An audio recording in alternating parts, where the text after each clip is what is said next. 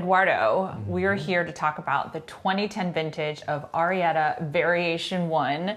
And as much as I love talking to you, we have a very special guest here. Absolutely. How lucky are we? Fritz Hatton, vintner, proprietor of Arietta. And one of the benefits of being part of the Connoisseur Club is that not only do you get to listen to us talk about the wine, but we're actually pulling in the actual people and stories behind the wines themselves. So Fritz, we're so excited to have you here. So thank you. Thank you for coming on over. Cheers. Cheers. This has always been... Cheers. Cheers. One of my very favorite wines, and you know I'm a fan of all the Arietta wines, but it's Syrah and Merlot co-fermented, which is not something that I think we see every day here in Napa Valley. So how did this happen? Well, our original winemaker and partner, John Kongsgaard, used to tweak Merlot without telling us, or with a little bit of Syrah. He admitted to this sort of a little after the fact, that he would sometimes top up barrels of Merlot with Syrah and then perhaps add a 5% addition of Syrah to his Merlot, but not say anything.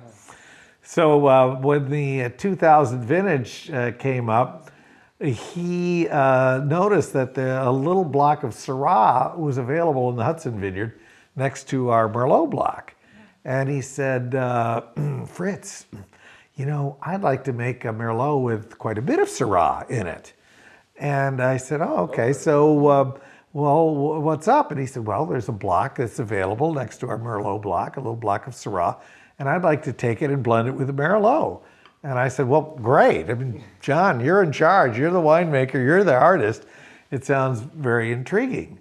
So John did that in the 2000 vintage, made a wine that was 30% Syrah and 70% Merlot. And of course, move. Right, at 30% we couldn't call it Merlot. So we had to come up with another name, which was Variation 1. So the Arietta, of course, being the little song, which is the beginning of that movement, followed by 4 variations. So we just took the score and scrolled forward to Variation 1. That's what we called the wine. So it was intriguing listening to John describe this wine in the early days. He said, well, this really is kind of a marriage of opposites, because Syrah, particularly when it's young, is pretty wild and boisterous. You know, it's violets, and it's smoky, and it's peppery, and it's kind of, you know, bacon fatty. Whereas the Merlot is polite, it's round, blueberry-like. And so where the Syrah is kind of excited and angular when it's young, the Merlot is very gracious. So this marriage of opposites. Of course, John, being very creative, was interested in making a wine that was complex, had different layers of flavor. And he thought he could do this by co-fermenting the 2 varieties, i.e. joining the 2 ingredients in the recipe at the earliest possible opportunity. And by having them ferment together, create a longer phenolic chain, which theoretically should translate into a more harmonious palate impression. So here he was trying to unite these 2 quite disparate grapes in their flavor and aromatic profiles, and that's what he did. So me being sort of the marketing sales arm of the partnership, I said, well, that kind of sounds like a Spencer Tracy, Katharine Hepburn movie, you know, where it all starts and they're fighting like cats and dogs at the beginning. And in most movies, not all of them, but some kind of dynamic harmony is achieved in the end. As they're sort of trapped in the same situation they have to do. So thus, with these varieties joined together. So first time doing it was 2000 vintage. And it continued. Correct. Yes. So we've kept it going. We've made small quantities. It's very unusual, obviously. There's no famous wine antecedent for this wine. And no well-known winery has followed it. I really wonder why, because the idea of blending Syrah with Cabernet family varieties is not unusual, certainly in Australia. Absolutely. Syrah is blended with Cabernet Sauvignon.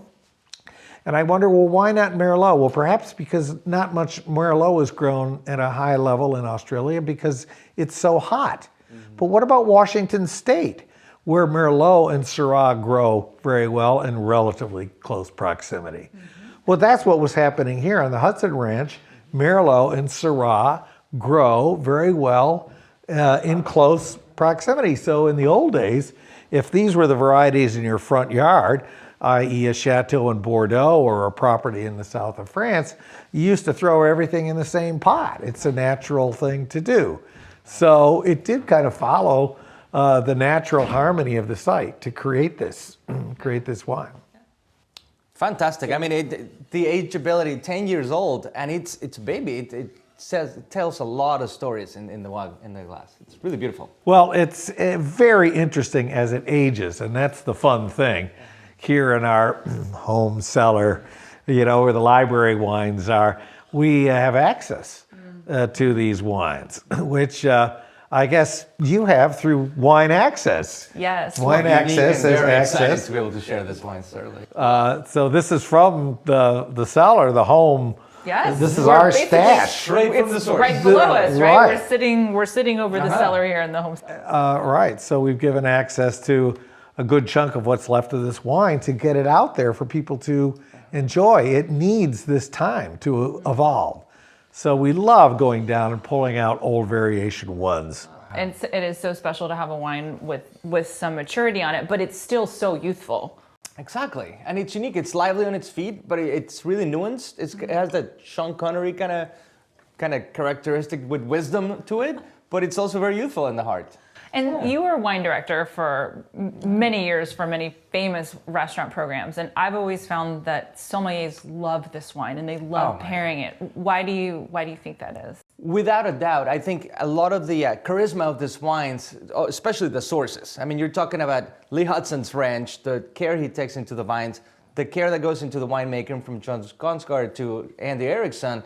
Arietta as a brand carries a lot of weight in the sommelier community. Not only talking Napa Valley, but you talk New York, San Francisco, and overseas. People talk about it, and it's because of the whole history behind it, the thoughtfulness, and the orchestration of all these beautiful components coming together. And this is a true testament of the ageability. It's a beautiful wine. Well, thank you for saying that, Eduardo. And I also want to doff my hat to the chefs too, because chefs are very interested to cook to this wine because it is so distinctive, and it suggests things for the menu, such as fatty meats, particularly to have this, the brilliant tannins of the Syrah and this exotic, almost oriental spice aromas.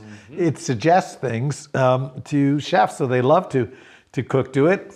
I remember one chef said at one point, well, variation one screams for bacon. Who doesn't like bacon? No. So certainly fatty meat, and also wild game. For instance, sometimes if you're doing something like a wild boar stew or wild shot duck, you think, maybe you think Burgundy, but then you think Burgundy just is not quite powerful enough for this dish. You need something more. And I think immediately of variation one, which has, the exotic aromas or the fruit aromas from this combination, but has the center of the wine, the power and the excitement and boisterousness too. So anyway, chefs also are intrigued by this very unique wine. Yeah, because all of a sudden you're offering a different style that just overcomes a lot of other wines. Really pretty.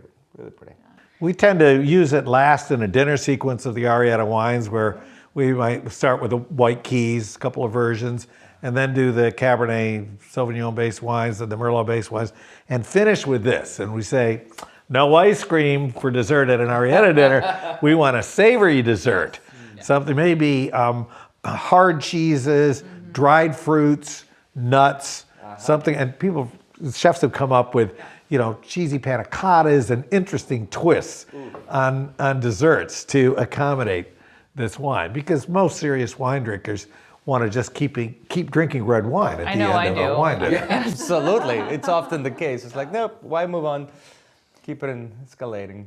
So you talked about John Kongsgaard sort of being the original creative mind behind this blend and this co-fermentation, but then Andy Erickson made the 2010 vintage. So how did you get to know Andy, and did he bring any of his own spin to Variation 1? Well, he did, actually. And when Andy took over, nominated by John, when we were separating the brands and we bought him out and they moved up to the top of Atlas Peak, Andy at first pretty much copied what John had been doing. And John was using 100% new oak with all the red wines. But as we evolved in making the wines, and I got involved a little bit more in the blending of the wines, we decided, well, maybe not 100% new oak. One thing we noticed was when this wine was young, it was pretty tough. It really needed to hibernate for a long time. And I thought, well, let's back off the new oak little by little and see where the wine goes to make it a little bit more approachable on release. So this 2010 vintage is in the middle of that transformation where we are starting to bring the new oak down closer to 50% rather than 100%. And we're bringing the percentage of Syrah up.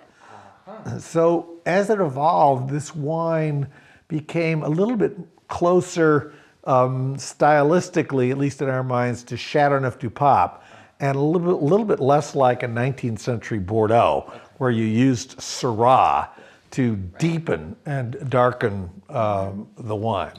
So it's a little bit fruitier now, but this 2010 vintage was a pretty massive vintage. How do you remember 2010 for all our members? Well, I remember the heat spikes, and it totally wiped out our H blocks. The only time we've ever made it because our little Cabernet Franc block couldn't handle the heat spikes in that vintage. But Cabernet and the Variation 1 handled them brilliantly. And also the Arietta Cabernet 2010 is incredibly dense and deep. And this is very much so as well. But it's still fresh.